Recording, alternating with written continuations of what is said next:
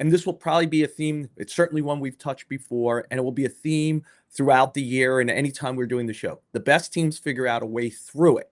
The problem for the Yankees trying to figure out a best way through it is they just, like anything that would have created depth.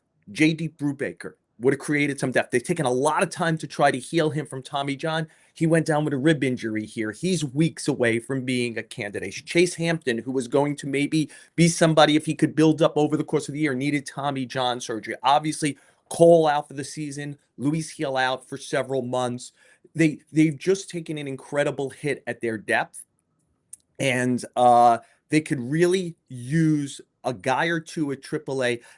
I had dinner last night with a scout, and I said, I think the way the Yankees are built again, where I think they'll average 4.5 to 5 runs, have a good bullpen, and probably even have a better defense and running game than they had last year. Can they get a starter who gives up 4 runs in 5 innings, which is like a 6 ERA?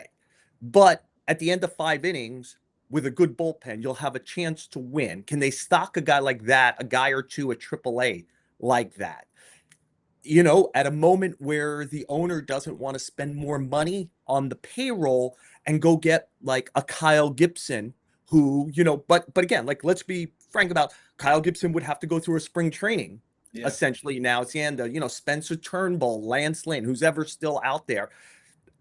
Do the Diamondbacks, I'm curious what's going on with Jordan Montgomery in Arizona, who was kind of the 6th man in a 5-man rotation when I was there a couple of weeks ago, but is making $22.5 million this year. How much do the Diamondbacks eat? Is Montgomery much better than last year when he was a bad starting pitcher in the major leagues? I think there'll probably be people at the margins, and the Yankees are probably going to have to shove a couple of those people at the margins onto their Scranton roster. I was just about to date myself by calling it the Columbus roster, and at their AAA roster, and just to have depth.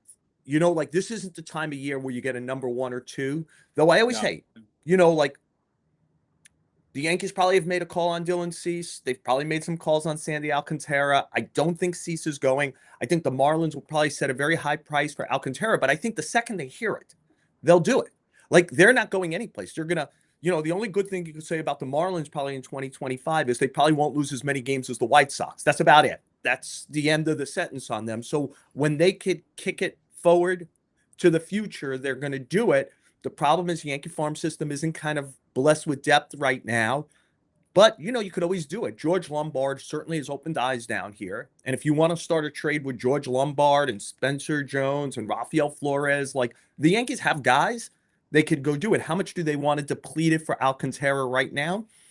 I don't know. But, like, I have to assume Miami isn't going to just sit around. They're going to make it 150 cents on the dollar if you want to do the trade today. And if they hear 150 cents, it isn't like, well, we want to see if we're in the race or not. They're not in the race.